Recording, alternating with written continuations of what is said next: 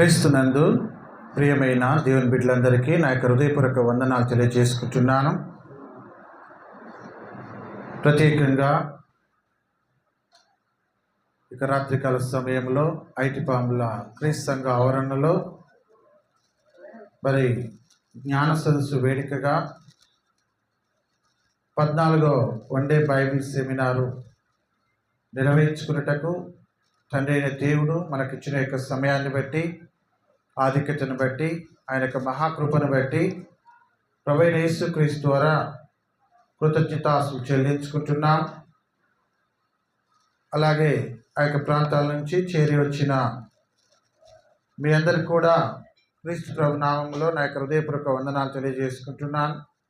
ప్రత్యేకంగా స్థానిక సేవకులుగా సామ్యూయల్ గారు ఎంతో ప్రయాసపడి మరి దేవుని యొక్క వాక్యాన్ని అనేకులకు వినిపించాలనే యొక్క ఆలోచన, తలంపు కలిగి కష్టమైన, ఇబ్బంది అయినా మరి సంఘస్థులతో కలిసి మరి యొక్క సెమినారు బైబిల్ క్లాసులని కొనసాగించట్లో ఏమాత్రము వెనకాడకుండా ప్రతి నెల ఒకటి జరిగించాలనే యొక్క తలంపు, ఆలోచన, జ్ఞానాన్ని వారికి కలిగి ఉండినందుకు మరి వారికి క్రీస్తు నామములో వందనాలు తెలియజేసుకుంటున్నాను. పరిశుద్ధ గ్రంథం నుంచి దేవుని వాక్యాన్ని ధ్యానించుకుందాం. గత నెలలో మరి ప్రార్థన ఎవరు ఎలా చేశారు అనే విషయాన్ని మనం జ్ఞాపకం చేసుకున్నాం. ఎవరు ఎలా చేశారు. మరి ఈరోజు మనము ప్రార్థన ఎలా చేయాలి, మనము ప్రార్థన ఎవరికి చేయాలి? ఎందుకంటే క్రైస్తవులుగా ఈ ప్రార్థించడం అనేది చాలా ప్రాముఖ్యమైన విషయం అని చెప్పాను గతంలో. ప్రార్థన అంటే అడుగుట, వేడుకొనుట, మాట్లాడుట, పరమ తండ్రితో సంభాషణ చేయుట, విజ్ఞాపన చేయుట, మొరపెట్టుట, యాచించుట, ఇవన్నీ కూడా ఉన్నాయి. అయితే ప్రార్థన 99% మానవుడు భూసంబంధమైన దీవెనల కోసమే అడుగుతుంటాడు. 1% నేను పరలోకానికి వెళ్ళాలా, నాకు నిత్యజీవం ఉన్నది, మీరుండే స్థలములో మీ కుమారుడితో నేను ఆ యొక్క నిశ్చలమైన రాజ్యంలో ఉండాలని ఆలోచన చేసి అడిగేది శాతం తక్కువగా ఉంది. అర్థమవుతుందా? కాబట్టి క్రీస్తు ప్రభు ప్రార్థన చేశాడు, పౌలు గారు చేశాడు. పరిశుద్ధ గ్రంథం అంతా మనం పరిశీలన చేస్తున్నప్పుడు ప్రతి సమయంలో ప్రతి ఒక్కరి ప్రార్థన మనకు కావలసిన అవసరతల కోసం ఎక్కువగా ప్రస్తావిస్తుంటాం. ఒక మాటలో చెప్పాలంటే భూ సంబంధమైన వాటి కోసం, మానవుని యొక్క మనుగడ కోసం, కోరికల కోసం.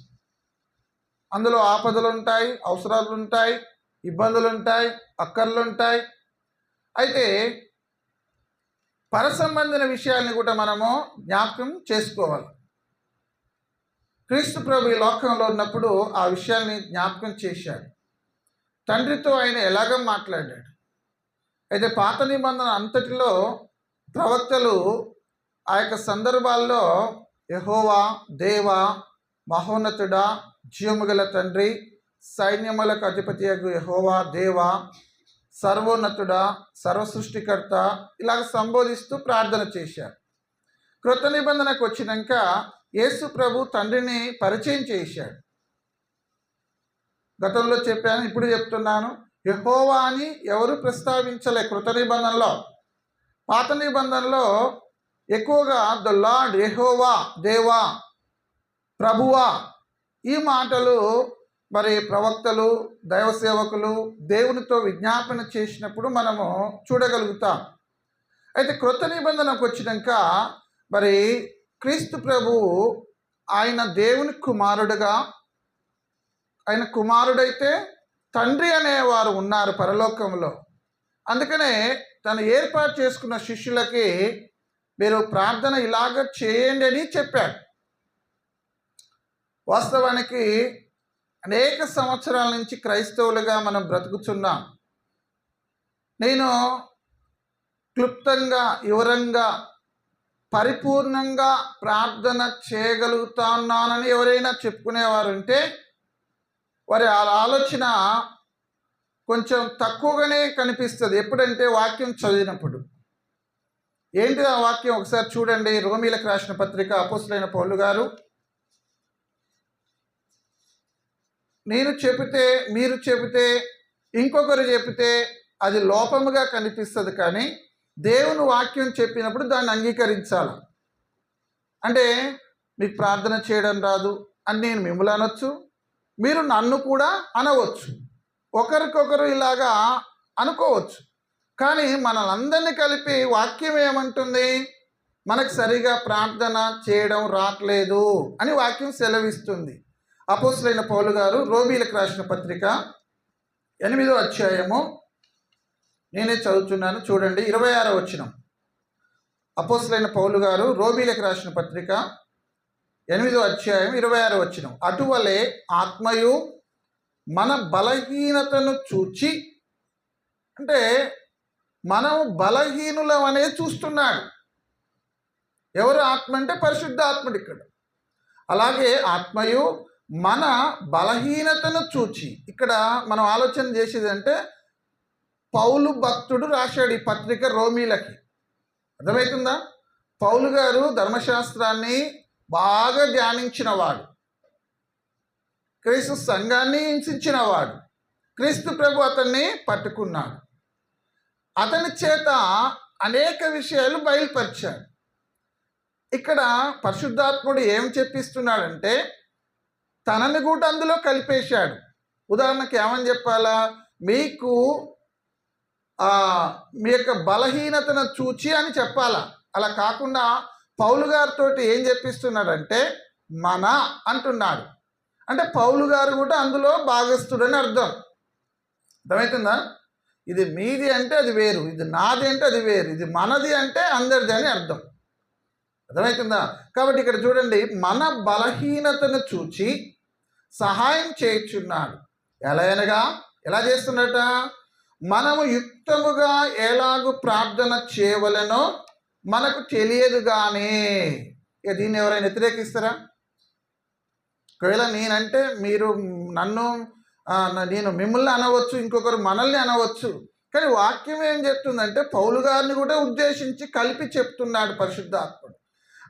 మన బలహీనతను చూచి ఆత్మయ్య సహాయం చేయుచున్నాడు. ఎలాగనగా మనము అంటే ఇంక్లూడింగ్ పౌలు గారితో కూడా, మనం అనే పదం లేకుండా మీరు అంటే వేరు చేసినట్టు అవుతుంది. మనము యుక్తముగా అంటే సరిగా, యుక్తముగా ఎలాగూ ప్రార్థన చేయవలెనో మనకు తెలియదు కానీ ఉచ్చరింప శక్యము కాని మూలుగులతో ఆ ఆత్మ తానే మన పక్షముగా విజ్ఞాపన చేయుచున్నాడు. ఉదాహరణకి ప్రపంచంలో అనేక భాషలు ఉన్నాయి. అర్థమవుతుందా? రకరకాల భాషలు ఉన్నాయి, లిపి లేని భాషలు ఉన్నాయి, లిపిగల భాషలు ఉన్నాయి. కానీ అన్ని భాషలలో దేవునికి మొరపెడుతున్నారు. మన భాష గురించే మనం జ్ఞాపకం చేసుకుందాం, తెలుగు భాష. అర్థమవుతుందా?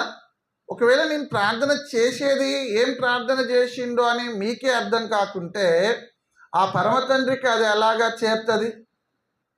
అర్థమవుతుందా? ప్రార్థన చేయమంటే ఎటు పోతారో, ఏం చేస్తారో, ఎలాగ చేస్తారో మరి చాలా బాధకరంగా, ఇబ్బందికరంగా, ఇతరులు బాధపడేటట్టు చేస్తున్నారు. కాబట్టి మరి మనలో ఏముందంటే బలహీనత ఉంది, మనం సరిగా చేయలేమని వాక్యం సెలవిస్తుంది. పౌలు గారిని కూడా కలిపి చెప్పబడ్డది. కాబట్టి ఈ ప్రార్థన అనే అంశం గురించి ఎందుకు రెండో భాగం చెప్పాలనుకున్నానంటే ఇది ప్రాథమికమైనది. ఇది మనం అందరం ఒకసారి మనం ఆత్మవిమర్శన చేసుకుంటే ప్రతిరోజు రాత్రి నిద్రపోయే ముందు మనం ప్రార్థన చేసుకుంటున్నామా? భోజనం చేసేటప్పుడు ప్రార్థన చేస్తున్నామా? బయటికి ఏదో ఒక పని మీద వెళ్తున్నప్పుడు ప్రార్థన చేస్తున్నామా? లేకుంటే ఒక ఆపద వచ్చినప్పుడు, ఇబ్బంది వచ్చినప్పుడు, ఆర్థికంగా, మానసికంగా, అనారోగ్యంగా ఏదో అవసరం ఉన్నప్పుడేనా దేవునికి విజ్ఞాపన చేసేది? లేకుంటే ప్రతి దినము ప్రతి సమయములో, గతంలో చెప్పాను దానియేలు ప్రవక్త రోజుకు ఎన్నిసార్లు చేస్తున్నాను, యేసు ప్రభు ఎక్కడెక్కడ చేశాడు, ఏ ప్రాంతాల్లో ఏ సమయంలో ఏ విధంగా చేశాడు అనేది జ్ఞాపకం చేసుకున్నాం. అయితే మనము చాలాసార్లు వింటుంటాము, చూస్తుంటాము, ఏదైనా ఆపద ఉన్నప్పుడే ఎక్కువగా ప్రార్థనని జ్ఞాపకం చేసుకుంటారు. ఏ ఆపద లేకుంటే మరి తండ్రితో మాట్లాడొద్దా? తండ్రికి విజ్ఞాపన చేయొద్దా? నశించిపోయే వారి గురించి విజ్ఞాపన చేయొద్దా? అర్థమవుతుందా? మరి అనేకుల కొరకు ప్రార్థన చేయాలి కదా. మనుషులందరి కొరకు, రాజుల కొరకు, అధికారుల కొరకు ప్రార్థన చేయమంటున్నా. కాబట్టి ప్రార్థన అనేది చాలా శ్రేష్టమైన అంశము. ఇది బేసిక్ ఫండమెంటల్ అన్నమాట, అంటే ప్రాథమికమైన మొదటి మెట్టు అన్నమాట. అందుకనే యేసు ప్రభు విద్య లేని వారిని ఎన్నుకొని వారికి చదువు లేదు, ఎలాగ ప్రార్థన నేర్పాలని చెప్పి మీరు ఇలాగ ప్రార్థన చేయండి అన్నాడు. మాదిరి ప్రార్థన, దాన్ని పరలోక ప్రార్థన అని పేరు పెట్టారు. ఇప్పటికి చేస్తున్నారు. అంటే అది అర్థం కానట్టే వాళ్ళకి. మరలా అదే చేయాలనుకుంటే ఆ ప్రార్థన అపోస్తులు కానీ, పౌలు గారు కానీ, పేతురు గారు కానీ, యోహాను గారు కానీ, మరి ఇంకా ఆదిమ సంఘస్థులు పరిచారకులు కానీ ఎవరైనా ఒకరు ఆ ప్రార్థన చేసి ఉండాలి కదా. ఎక్కడ ఎవరు చేయలేదు కదా. మీరు ఇలాగా ప్రార్థన చేయండి అని నేర్పించాడు. అర్థమవుతుందా? కాబట్టి అది ప్రారంభం అన్నమాట. ఏమని పరిచయం చేశాడు? పరలోకమందున్న మా తండ్రి అని, పరలోకమందున్న మా తండ్రి అని తండ్రిని అని సంబోధిస్తున్నాడు. అయితే యేసు ప్రభువు మరి ఎన్నిసార్లు ఎక్కడ ఏ విధంగా ప్రార్థన చేశాడు? ఇక్కడ చెప్పవలసింది ఏంటంటే మన ప్రార్థన ఎలా ఎవరికి చేయాలి. మొట్టమొదటిగా ఎవరికి చేయాలంటే యేసు ప్రభు ఈ లోకంలో ఉన్నప్పుడు ఎవరికి చేశాడనే విషయాన్ని మనం జ్ఞాపకం చేసుకుందాం. అంటే తండ్రికి చేసిండు. అర్థమవుతుందా? మరి ఇప్పుడు ఉన్నవారు ఎవరికి చేస్తున్నారంటే యేసు ప్రభు చేస్తున్నారు, పరిశుద్ధాత్మకు చేస్తున్నారు, ముగ్గురిని కలిపి చేస్తున్నారు. అలాంటి ప్రార్థన ఎక్కడా లేదు పరిశుద్ధ గ్రంథంలో. వెతకండి మీరు. ఏకకాలంలో ముగ్గురిని కలిపి చేసినట్టు ఎక్కడా లేదు. కానీ యేసు ప్రభు క్రమంగా చేశాడు. ఒకసారి చూడండి, మత్తయి సువార్త 6వ అధ్యాయము 9వ వచనంలో మొట్టమొదటిగా ఇక్కడ యేసు ప్రభు తన శిష్యులకి ప్రార్థన నేర్పించినట్లుగా మనం జ్ఞాపకం చేసుకుంటున్నాం. మత్తయి సువార్త 6వ అధ్యాయము 9వ వచనం. కాబట్టి మీరు ఇలాగ ప్రార్థన చేయండి, పరలోకమందున్న మా తండ్రి అన్నాడు. చాలు. అంటే తండ్రికి చేయాలని ఇక్కడ అర్థం ఒకటే. ఎవరికి చేయాలన్నా కదా, తండ్రికి చేయాలి. తండ్రికి చేస్తున్నప్పుడు ఇక కుమారునికి చేయకూడదని అర్థం, పరిశుద్ధాత్మునికి చేయకూడదని అర్థం. అంతేనా కాదా? ఒకరితో మాట్లాడుతున్నప్పుడు మధ్యలో ఇంకొక వ్యక్తి వస్తే ఏమంటావు? నువ్వు ఆగు, నీతో మాట్లాడుతున్నాను అంట. అంటేనా కదా? ఒకరితో మాట్లాడుతున్నప్పుడు ఇంకొకరితోటి ఏమంటే మాట్లాడలేదు. అతనితో అయిపోయినాక వేరే వాళ్ళతోటి మాట్లాడాలి. ఈ మనుషులలోనే ఇలాగుంటే మరి పరమ తండ్రితో చాలా మరి క్రమశిక్షణ కలిగి ఏ విధంగా యేసు ప్రభు మాట్లాడాడో మరి చూడండి. మత్తయి సువార్త 26వ అధ్యాయంలో మీ అందరికీ తెలిసిన విషయం ఇది. కాకపోతే ఇక్కడ ఏ విధంగా రాయబడ్డది అనేదే మీకు చెప్తాను. మత్తయి సువార్త 26వ అధ్యాయము 39వ వచనం.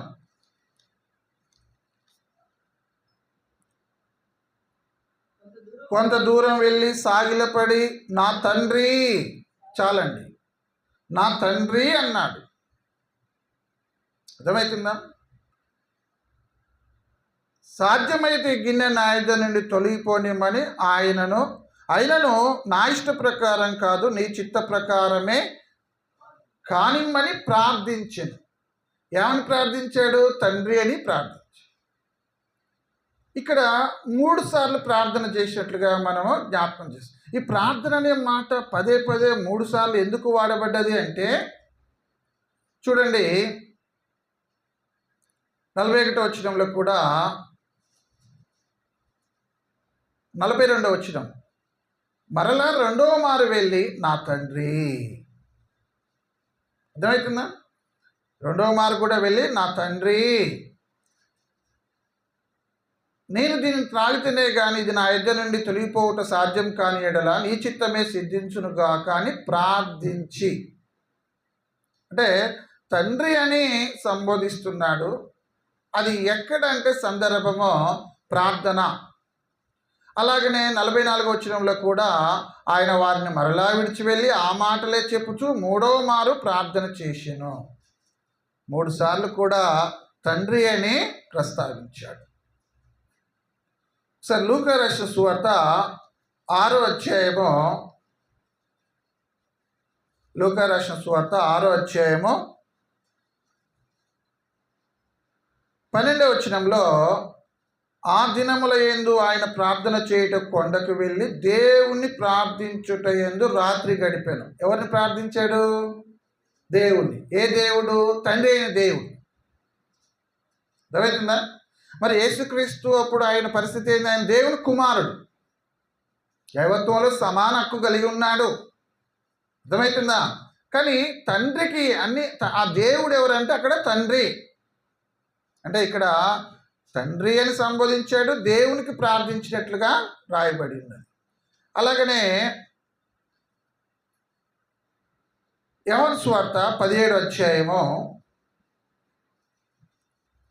ఈ అధ్యాయం చాలా ప్రాముఖ్యమైనది. ఇందులో మనం నేర్చుకోవాల్సిన చాలా విషయాలు ఉన్నాయి.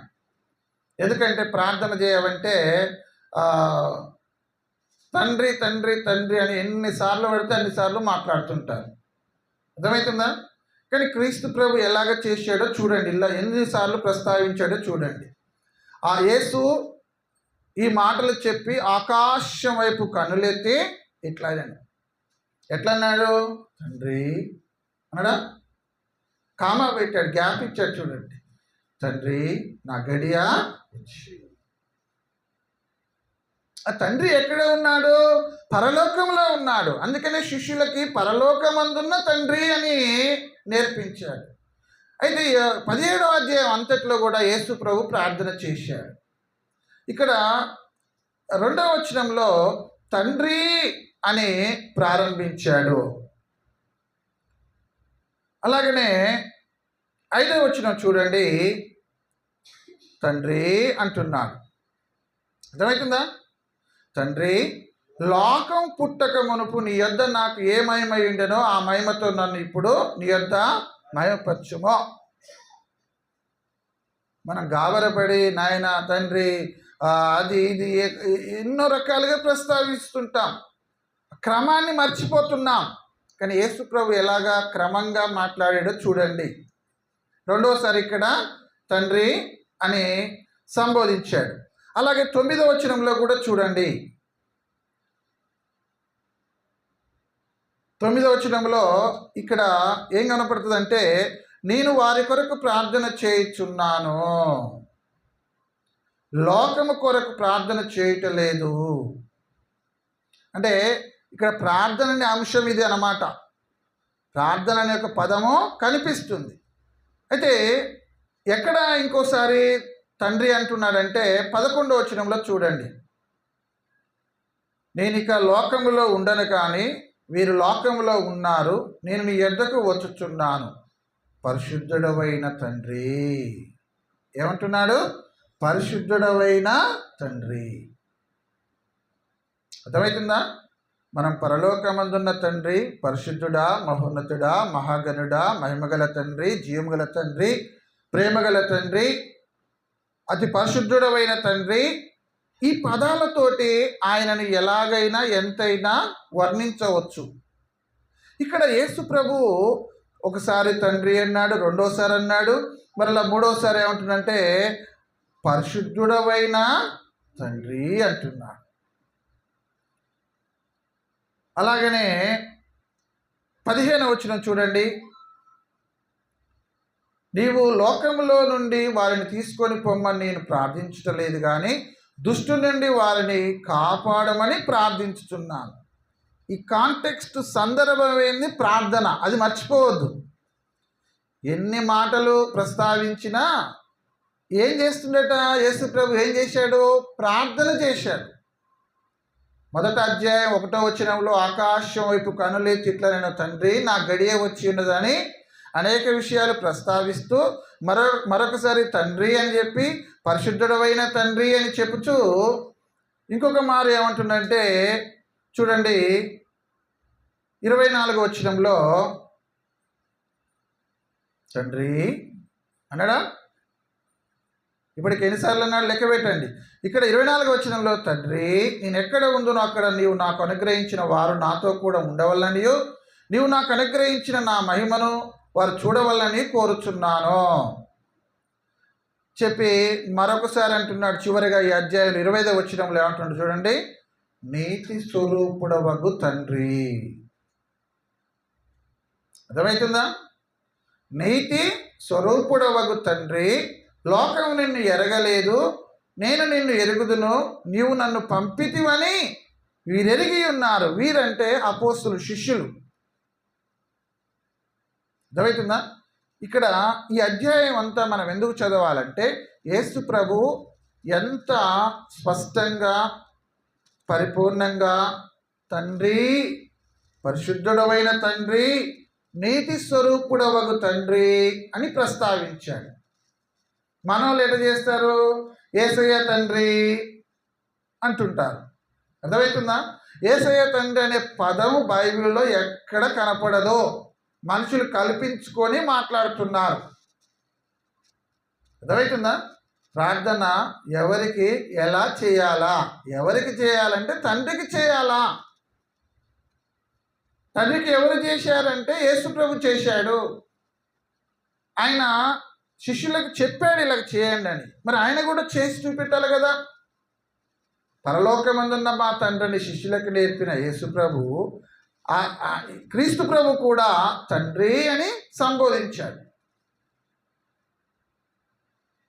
అయితే ప్రభువా అని అంటుంటారు.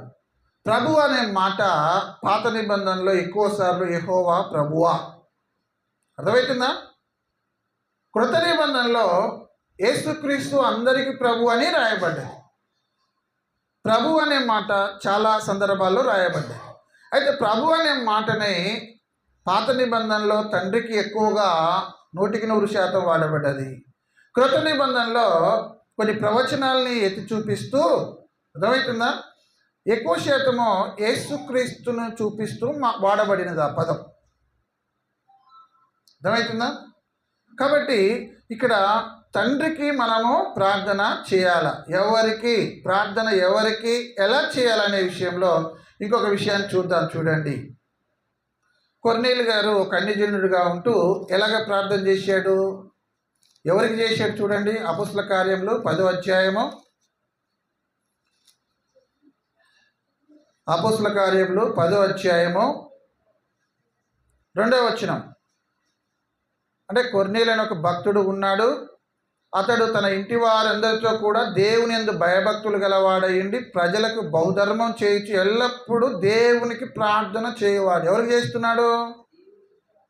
అర్థమవుతుందా? దేవునికి ప్రార్థన చేశాడు. అలాగనే పౌలు గారు ఎవరికి చేస్తున్నాడు చూడండి. రోమీలకు రాసిన పత్రిక 10వ అధ్యాయం 1వ వచనం. యేసు ప్రభు శిష్యులకు నేర్పించాడు, యేసు ప్రభు చేశాడు. అర్థమవుతుందా? మధ్యలో కొర్నేలు అనే ఒక భక్తుడు దేవునికి ప్రార్థన చేశాడు. యేసు ప్రభు కూడా దేవునికి ప్రార్థించునని రాయబడి ఉన్నది.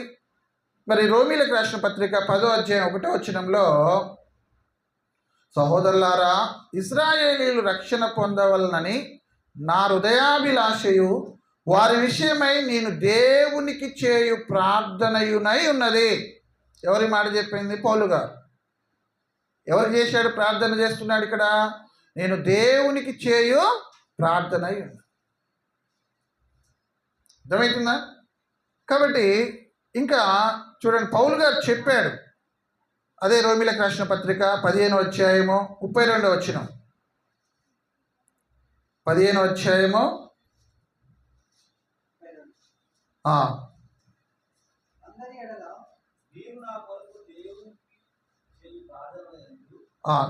రెండవ భాగం వచ్చి, నేను దేవుని చిత్తం వలన సంతోషంతో మీ యొద్దకు వచ్చి మీతో కలిసి విశ్రాంతి పొందినట్లును మీరు నా కొరకు దేవునికి చేయు ప్రార్థనల యందు నాతో కలిసి పోరాడవలనని మన ప్రభు అయిన యేసుక్రీస్తును బట్టి ఆత్మ వలన ప్రేమను బట్టి మిమ్మల్ని బతిమాలుకొనుచున్నాను. అంటే నా కొరకు దేవునికి చేయు ప్రార్థనల్లో మీరు కలిసి పోరాడండి అంటున్నా. అర్థమవుతుందా? తను చేశాడు, చేయమని చెప్తున్నాడు. చూడండి, ఫిలిప్పీలకు రాసిన పత్రిక 5వ అధ్యాయము 6వ వచనంలో అపోస్తలుడైన పౌలు గారు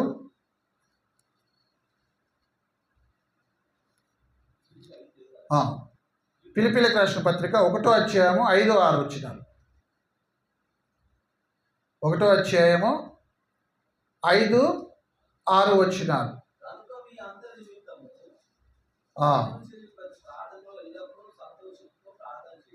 నేను మిమ్మల్ని జ్ఞాపకం చేసుకున్నప్పుడెల్లను నా దేవునికి కృతజ్ఞతాస్తుతులు చెల్లించుచున్నాను. ఎవరికట? నా దేవునికి కృతజ్ఞతాస్తుతులు. ఏంటిది ఇది? ప్రార్థన చేయనప్పుడెల్లా,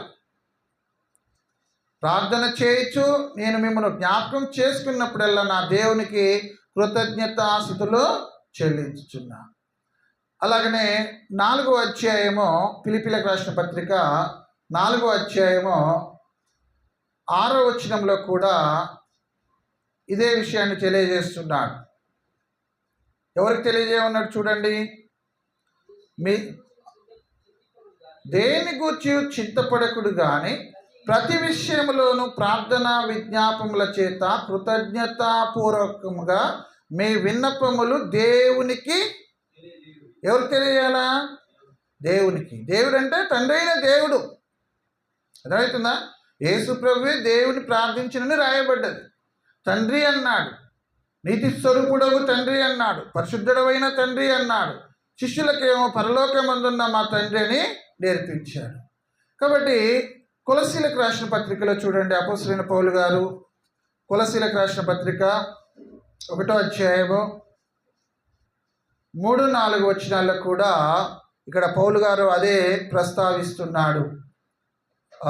పరిశుద్ధులందరి మీద మీకున్న ప్రేమను గూర్చియు మేము విని ఎల్లప్పుడూ మీ నిమిత్తము ప్రార్థన చేయుచు మన ప్రభువగు యేసుక్రీస్తు యొక్క తండ్రి అయిన దేవునికి, ఏ దేవుడు?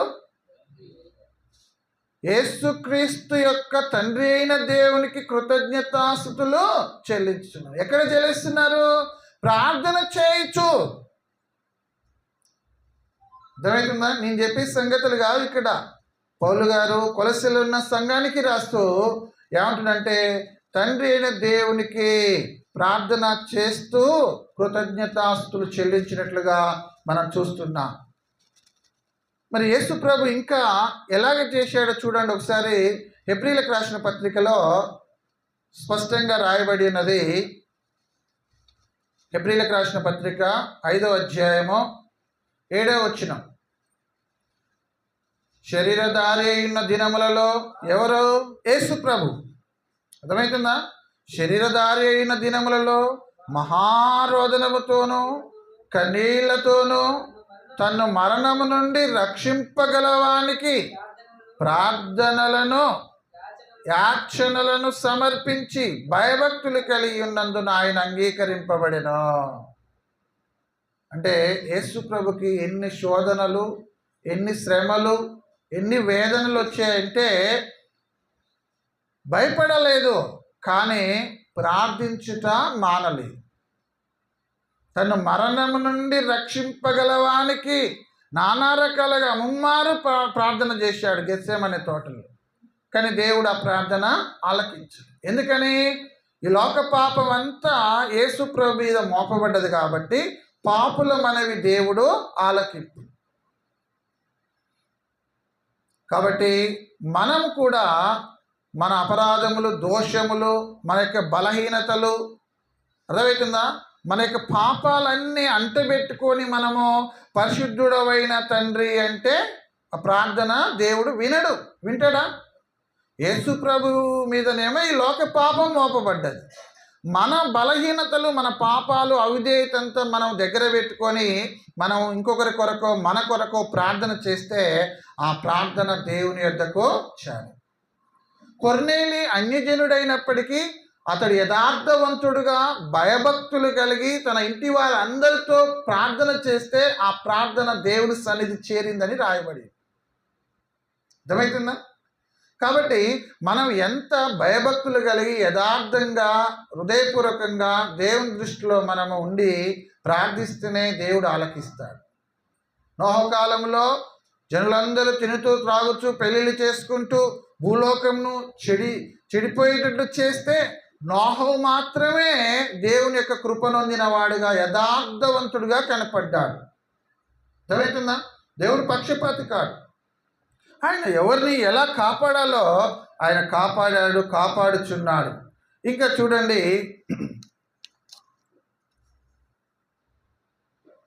ఇప్పుడు మనము యేసు ప్రభు కొన్ని విషయాలు చెప్పాడు. యేసు ప్రభుకి ఎందుకు మనం ప్రార్థన చేయకూడదు అంటే ఇక్కడ యేసు ప్రభువే చెప్పాడు. యోహాను సువార్త 15వ అధ్యాయము, యోహాను సువార్త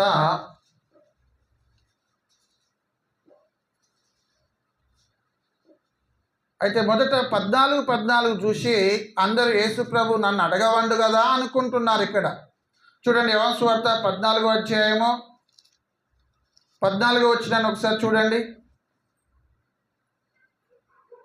నా నామమున మీరు నన్నేమి అడిగినను నేను చేతును. ఎవరితో మాట్లాడాడు? ఇక్కడ శిష్యులతో మాట్లాడాడు. అర్థమవుతుందా? 13వ వచనం చూడండి. మీరు నా నామమున దేన్ని అడుగుదురో తండ్రి కుమారుని యందు మహిమపరచబడుటకై దానిని చేతును అన్నాడు. తర్వాత నా నామమున మీరు నన్ను ఏమి అడిగినను నేను చేతును అన్నాడు. అయితే ఇక్కడ 2 రకాలుగా ఈ సందర్భాన్ని తీసుకున్నారు.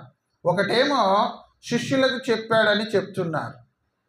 కొన్ని తర్జమాలేమో ఇక్కడ యేసు ప్రభువుకు అడిగినట్లు కనిపిస్తలేదన్నమాట. ఇంగ్లీష్ బైబిల్లో కొన్నిట్లలో కనిపిస్తున్నది, అది అందరికీ అర్థం కాదు. అయితే మరి దీన్ని ఎలాగ మనం ఆధారం చేసుకొని కొనసాగాలంటే ఇది చెప్పి ముగించలేదు, దాని తర్వాత చెప్పబడిన విషయాలు ఉన్నాయి. అర్థమవుతుందా? చూడండి 15, అదే యోహాను సువార్త 15వ అధ్యాయం 16వ వచనం చూడండి. 15వ అధ్యాయము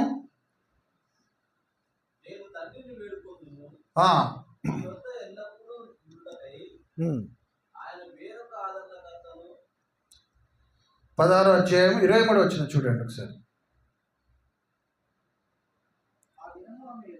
ఆ దినమున మీరు దేని గూర్చి నన్ను అడగరు, మీరు తండ్రిని నా పేరట ఏమి అడిగినను ఆయన మీకు అనుగ్రహించునని మీతో నిశ్చయముగా చెప్పుచున్నా. అలాగనే ఇదివరకు మీరేమీ నా పేరట అడగలేదు, మీ సంతోషం పరిపూర్ణమగునట్లు అడుగుడి మీకు జరుగు. ఎవరి పేరట అడగమంటున్నాడు? యేసు ప్రభు. అర్థమవుతుందా? కాబట్టి అందుకనే చాలా సందర్భాల్లో అపోస్తులందరూ కూడా ప్రభువైన యేసు క్రీస్తు ద్వారా ప్రభు నామమును బట్టి అని రాయబడి ఉన్నది. ఎవరి నామము? యేసుక్రీస్తు ప్రభున. ఎందుకంటే అన్ని నామముల కంటే ఆయన నామము పైనామంగా ఎంచబడ్డది. కాబట్టి ఇక్కడ ఆ 14 పట్టుకొని కాకుండా ఇక 16వ అధ్యాయము 23వ వచనంలో ఈ విధంగా రాయబడినది. అది కూడా ప్రభువే చెప్పి ఉన్నాడు, మీరు నా నామమున నా పేరిట ఏమి అడిగినను అంటున్నాడు. అర్థమవుతుందా? కాబట్టి క్రీస్తు ప్రభు నామములో మనము తండ్రిని అడగాలి, తండ్రికి విజ్ఞాపన చేయాలి. అలాగనే కొలసీలకు రాసిన పత్రిక 3వ అధ్యాయము మాకు బాగా తెలిసిన వాక్య భాగము 3:17. మరియు మాట చేత కానీ క్రియ చేత కానీ మీరేమి చేసినో ప్రభు అయిన యేసు ద్వారా తండ్రి అయిన దేవునికి. ఇక్కడ 2 గమనించాలి మనం. ఒకటేమో ద్వారా, ప్రభు అయిన యేసు ద్వారా. రెండోదేమో తండ్రి అయిన దేవునికి అంటున్నాడు. చాలా స్పష్టంగా ఉన్నది. తండ్రి అయిన దేవునికి కృతజ్ఞతాస్తులు చెల్లించుచు సమస్తమును ఆయన పేరట చేయండి. దీనికి సంబంధించిన విషయమే ఎఫెసీయులకు రాసిన పత్రికలో 5:20లో కూడా అదే రాయబడి ఉన్నది. చూడండి, ఎఫెసీయులకు రాసిన పత్రిక 5వ అధ్యాయము 20వ వచనం. మన ప్రభువైన యేసుక్రీస్తు పేరిట, నా పేరిట మీరు తండ్రిని ఏమడిగినను తండ్రి మీకు చేయనని చెప్పింది కదా. ఇక్కడ చూడండి, మన ప్రభు అయిన యేసుక్రీస్తు పేరిట సమస్తమును గూర్చి తండ్రి అయిన దేవునికి ఎల్లప్పుడూ కృతజ్ఞతాస్తులు చెల్లించుచు క్రీస్తునందలి భయముతో ఒకరినొకడు లోబడి ఉండుడి. ఇప్పుడు ప్రశ్న ఏంటంటే, యేసుక్రీస్తుకు మనము ప్రార్థన చేయకూడదా అని మనం ప్రశ్నించుకోవాలి. సెమినార్ కదా ఇది, మీకున్నా లేకున్నా నేను చెప్తున్నా. చేయకూడదా అంటే యేసు ప్రభుకు ప్రార్థన చేసినట్టు ఎక్కడ కూడా సందర్భం లేదు. ఉంటే నాకు చూపించండి. అర్థమవుతుందా? యేసు ప్రభుకి ప్రార్థన చేసిన సందర్భాలు ఎక్కడ కూడా లేవు. యేసు ప్రభు తండ్రికి చేసిన సందర్భం ఉన్నది, పౌలు గారు చేసిన సందర్భం ఉన్నది, అన్యుడైన కొర్నేలి భక్తుడు చేసిన సందర్భం ఉంది. అర్థమవుతుందా? కానీ డైరెక్ట్గా యేసు ప్రభుకు చేసిన సందర్భాలు లేవు. ఇంకొకటి, యేసు ప్రభు లేకుండా తండ్రికి చేసిన సందర్భాలు లేవు. ఎందుకనంటే యోహాను సువార్త 14:6 వచనంలో ఏం రాయబడినది? నేనే మార్గమును సత్యమును జీవమునై ఉన్నాను, నా ద్వారా తప్ప తండ్రి యొద్దకు ఎవరునో రాలేదన్న. అర్థమవుతుందా? అంటే క్రీస్తు ద్వారా, ఇప్పుడు చదువుకున్న విషయాలు ఉన్నాయి కదా, యేసు ద్వారా, క్రీస్తు పేరిట తండ్రికి దేవునికి తెలియజేయండి కృతజ్ఞతాస్తుతులు అని స్పష్టంగా రాయబడి ఉన్నది. అంటే క్రీస్తు ప్రభుకు నేను యేసు ప్రభు ప్రార్థన చేసి తప్ప అంటారు. అంటే ఆ సందర్భం మనకు లేదు కదా అనేది నేను చెప్తున్నాను. తప్పని నేను ఎవరిని అనటం లేదు. అర్థమవుతుందా? అయితే సందర్భాలు లేవన్నమాట. మరి ఏ సందర్భాలు ఉన్నాయంటే, యేసు ప్రభువే తండ్రికి విజ్ఞాపన చేశాడు, తండ్రి తండ్రి అని సంబోధించాడు. యోహాను సువార్త 17వ అధ్యాయం అంతా కూడా తండ్రి తండ్రి, పరిశుద్ధుడైన తండ్రి, నీతి స్వరూపుడవు తండ్రి అనడం లేదా? శిష్యులకేమన్నాడు? పరలోకమందున్న మా తండ్రి.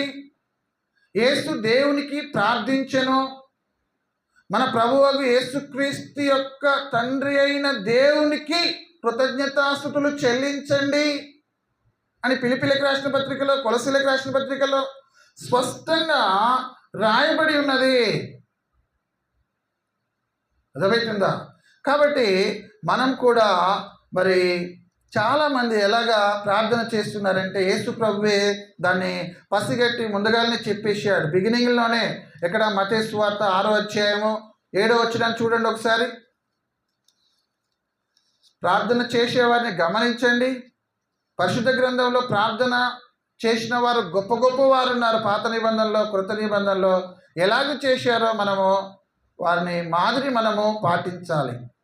మత్తయి సువార్త 6వ అధ్యాయము 7వ వచనంలో, మరియు మీరు ప్రార్థన చేయనప్పుడు అన్యజనుల వలె వ్యర్థమైన మాటలు వచింపవద్దు. మనం క్రైస్తవులైనాక అర్థమవుతుందా? వ్యర్థమైన మాటలు, ప్రార్థనలో వ్యర్థమైన మాటలు వాడుతున్నారు. మన అవసరాల కోసమో మనం వేడుకుంటున్నాం. 99% భూ సంబంధమైన వాటి కొరకే మనం విజ్ఞాపన చేస్తున్నాం. అయితే క్రీస్తు ప్రభువు ఆత్మీయ ఐక్యత కొరకు ప్రార్థన చేశాడు. కాబట్టి ఇక్కడ 6వ అధ్యాయం 7వ వచనంలో, మీరు ప్రార్థన చేయనప్పుడు అన్ని జనుల వలె వ్యర్థమైన మాటలు వచింపవద్దు, విస్తరించి మాటలాడుట వలన తమ మనవి వినబడునని వారు తలంచున్నారు. చాలామంది గట్టిగా అరుపులు కేకలు వేసి చేస్తుంటారు. యేసుప్రభు అలా చేశాడా? తండ్రి తండ్రి అన్న కడల్లా కామా పెట్టాడు. చూడండి ఎంత వినయంగా వేడుకున్నాడు. గెత్సేమని తోటలో ముమ్మారు ప్రార్థన చేసినప్పుడు కూడా తండ్రి ఎలా సంబోధిస్తున్నాడు చూడండి. పౌలు గారు కూడా అలాగనే స్పష్టంగా క్లియర్గా మరి ప్రార్థన చేసినట్లుగా మనం జ్ఞాపకం చేసుకుంటున్నాం. అయితే చివరిగా 2 వాక్యాలు చదివి ముగిస్తాను. మత్తయి సువార్త 21వ అధ్యాయము 22వ వచనాన్ని చూడండి ఒకసారి. మత్తయి సువార్త 21వ అధ్యాయము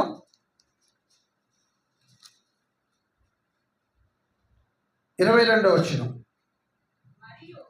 మరియు మీరు ప్రార్థన చేయనప్పుడు వేటిని అడుగుదురో అవి దొరికినవని నమ్మిన ఎడల మీరు వాటన్నిటినీ పొందుదురని వారితో చెప్పారు. బాధకరమైన విషయం ఏంటంటే ప్రార్థన చేయించుకుంటారు, బాధపడతారు. అంటే నమ్మకంలో బలహీనత అన్నమాట. అర్థమవుతుందా? ప్రార్థన చేస్తారు, చేయించుకుంటారు సేవకులతోటి, కానీ ఒక రకమైన బాధలో ఉంటారు. కానీ ఇక్కడ ఏముందంటే ఒక బిలీఫ్, నమ్మకంతో ఫెయిత్ఫుల్గా మీరు ప్రార్థన చేయనప్పుడు వేటిని అడుగుదురో అవి దొరికినవని నమ్మిన ఎడల మీరు వాటన్నిటినీ పొందుదురని వారితో చెప్పారు. కాబట్టి ప్రార్థనలో శ్రేష్టమైనది ఏంటంటే నమ్మకం అనేది ఒకటి ఉండాలి. మనం అడుగుతాం కానీ అది అవుతుందో కాదో, దొరుకుతుందో దొరకదు. ఎప్పుడు ఇదే అపనమ్మకము, అర్థమవుతుందా, అనుమానం.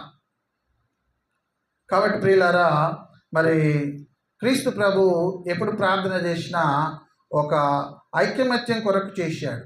చూడండి చివరి మాట అదే యోహాను సువార్త 17వ అధ్యాయము. యోహాను సువార్త 17వ అధ్యాయము. క్రీస్తు ప్రభు ఎలాంటి ఐక్యతను కోరాడో ప్రార్థనలో చూడండి. 21వ వచనంలో తండ్రి, కామ పెట్టాడా చూడండి, తండ్రి నా యందు నీవును నీ యందు నేనును ఉన్నలాగున, అంటే వారి యొక్క దైవికమైన ఐకమత్యము, స్పిరిచువల్ యూనిటీ, ఆత్మ యొక్క ఐక్యమత్యత చూడండి. నా యందును నీవును నీ యందును నేనును ఉన్నలాగున వారంటే అపోస్తులు, వారును మన యందు ఏకమై ఉండవలనని. అంటే తండ్రి కుమారుడే ఏకత్వాన్ని కోరుకోవటం లేదు, శిష్యులను కూడా ఐకమత్యం చేశాడు అక్కడ. చూడండి, గమనించండి ఏమంటున్నాడు. వారును అంటే అపోస్తులు, శిష్యులు, వారును మన యందు అంటే తండ్రి కుమారుడు మన యందు ఏకమై ఉండవలనని వారి కొరకు మాత్రం నేను ప్రార్థించుటలేదు. వారి అంటే శిష్యులు, వారంటే ఎవరు? శిష్యులు. వారి వాక్యము వలన నా యందు విశ్వాసం ఉంచు వారందరూ, అంటే వారు ఎవరి గురించి ప్రకటన చేస్తారు? క్రీస్తు ప్రభు గురించి. అర్థమవుతుందా? అయితే వారి వాక్యం వలన నా యందు విశ్వాసం ఉంచు వారు అందరూ ఏకమై ఉండవలనని వారి కొరకును ప్రార్థించుచున్నాను. అంటే దేవుడు ఎవరిని కూడా దూరపరచాలని అనుకోవటం లేదు. మొదట తండ్రి కుమారుడు శిష్యులని, తర్వాత శిష్యులు ఏ వాక్యం అయితే ప్రకటిస్తారో ఆ క్రీస్తునందు విశ్వాసం ఉంచిన వారందరూ కూడా ఏకం కావాలనుకుంటున్నారు. మనం ఎలా చేస్తున్నాం ప్రార్థన? మన కోసమే చేసుకుంటాం, మన అవసరతల కోసమే చేసుకుంటాం. పౌలు గారు తిమోతికి రాస్తూ మనుషులందరి కొరకు, రాజుల కొరకును, అధికారులందరి కొరకును ప్రార్థన. ఎప్పుడు మన కొరకు, మన అవసరాల కొరకైనా మనం ప్రార్థన చేసేది? ఈ లోకం కొరకు, నశించిపోయే ఆత్మల కొరకు, దేవుని పరిచర్య కొరకు, ప్రతి ఒక్కరి కొరకు ప్రార్థన చేయాలా? ఇప్పటివరకు మీరు ఎలా చేశారో నాకు తెలియదు, కానీ మనమందరం కూడా తండ్రి అయిన దేవునికి, ప్రభు అయిన యేసుక్రీస్తు ద్వారా ప్రార్థన విజ్ఞాపన చేయాలి. ఒకవేళ మీరు ఎక్కడైనా మీకు ఇది కాకుండా కనిపిస్తే మీరు పరిశీలన చేసి చెప్పండి, అడగండి. సందర్భం అర్థమవుతుందా? క్రీస్తు ప్రభు తండ్రికి చేశాడు, పౌలు గారు కూడా చేశాడు, చెప్పాడు, చేశాడు. యేసు ప్రభు చెప్పాడు, చేశాడు. మనము చాలామంది చెప్పలేకపోతున్నారు, చేయలేకపోతున్నారు. ఎందుకంటే పరిశుద్ధ గ్రంథాన్ని చదివి ధ్యానం చేయాలా, పరిశీలన చేయాలా. అప్పుడే మనం ఎక్కడ బలహీనులమో అక్కడ దేవుడు మనకి బలాన్ని ఇస్తాడు. మన అందరం బలహీనులమని చెప్పింది కదా రోమిలకు రాసిన పత్రిక 8:26 లేనిది, అటువలే ఆత్మయు మన బలహీనతను చూచి సహాయం చేయుచున్నాడు. ఎలాగా? యుక్తముగా మనకు ప్రార్థన ఎలాగో చేయాలనో తెలియదు అన్నాడు. అంతే. ఇక నేను మీకు తెలియదంటే, మీరు నాకు తెలియదంటే, మనం ఇంకొకరు మనకు అనేది కాదు, కానీ వాక్యమే చెప్పేసింది మనకు సరిగా ప్రార్థన ఎలాగ చేయాలో తెలియదట. కాబట్టి మరి ఎలాగ తెలుసుకోవాలంటే, యేసుప్రభు ఎలా చేశాడు, శిష్యులు ఎలా చేశారు, ఎవరికి చేశారు, ఏ సందర్భంలో చేశారు, మనం ఎట్లా చేయాలి, అది మనం ధ్యానం చేయాలి. కాబట్టి ఈ బేసిక్ ఫండమెంటల్ ఈ ప్రార్థన చేసే అంశంలోనే మనం వెనుకబడిపోతే చాలా ఇబ్బందికరమైన విషయం అన్నమాట. ఆత్మీయంగా మనం ఎదగలేము. ప్రార్థన అంటే పరమ తండ్రితో మాట్లాడుట, సంభాషణ, వేడుకొనుట, విజ్ఞాపన చేయుట, మొరపెట్టుట, యాచించుట. క్రీస్తు ప్రభు కూడా ప్రార్థనలు, యాచనలు సమర్పించాడని రాయబడింది. కాబట్టి మరి ఆ పరమ తండ్రితో మనం మాట్లాడుచున్నప్పుడు క్రమాన్ని పాటించాలని, అన్యజనుల వలె విస్తరించి మాట్లాడకుండా క్రమంగా పరిశుద్ధ గ్రంథంలో ఎవరు ఎలాగా ఎక్కడ ఏ సందర్భంలో చేశారో ఆ రీతిగా మనం పరమ తండ్రితో ప్రార్థన చేసి ఆత్మీయంగా ఎదగాలని మరి మీరందరినీ హెచ్చరిస్తూ, నన్ను హెచ్చరించుకుంటూ మరి కొద్ది మాటలు ఇంతతో ముగిస్తున్నాను. ఇటు అవకాశం ఇచ్చిన స్థానిక సంఘ సేవకులకి నా హృదయ